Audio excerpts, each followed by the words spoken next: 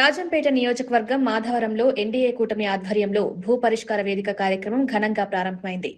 ఒక నెల ఒక నియోజకవర్గ కార్యక్రమంలో భాగంగా రెవెన్యూ శాఖ ఆధ్వర్యంలో ఈ కార్యక్రమాన్ని నిర్వహించారు. భూ సంబంధిత సమస్యల పరిష్కారం కోసం ప్రజలు పెద్ద సంఖ్యలో తరలివచ్చి తమ వినతులను అధికారులకు అందజేశారు. ఈ కార్యక్రమంలో జనసేన పార్టీ పార్లమెంట్ సమన్వయకర్త శ్రీ అతికారి కృష్ణ, రాజంపేట టీడీపీ ఇన్ఛార్జ్ శ్రీ చమర్తి జగన్మోహన్ రాజు, బీజేపీ రాష్ట్ర నాయకుడు నాగోతు రమేష్ నాయుడు పాల్గొన్నారు.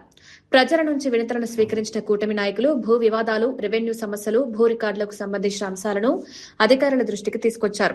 ప్రజలు అందించిన అర్జీలను పరిశీలించి సాధ్యమైనంత త్వరగా సమస్యలను పరిష్కరించేందుకు చర్యలు తీసుకోవాలని అధికారులను కోరారు.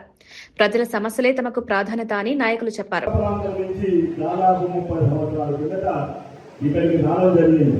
ఇక్కడ భూములు అప్పుడు గవర్నమెంట్ భూములు అంటే దానికి ఏమీ లేదు, అంటే పేపర్ ఏం లేదు, అలాగనే ట్రాక్ చేసుకొని అందరూ బిల్డింగ్ కట్టుకున్నారు. కానీ వీళ్ళు రేపు ఏదైనా లోన్ ఇవ్వాలన్నా కూడా ఏదైనా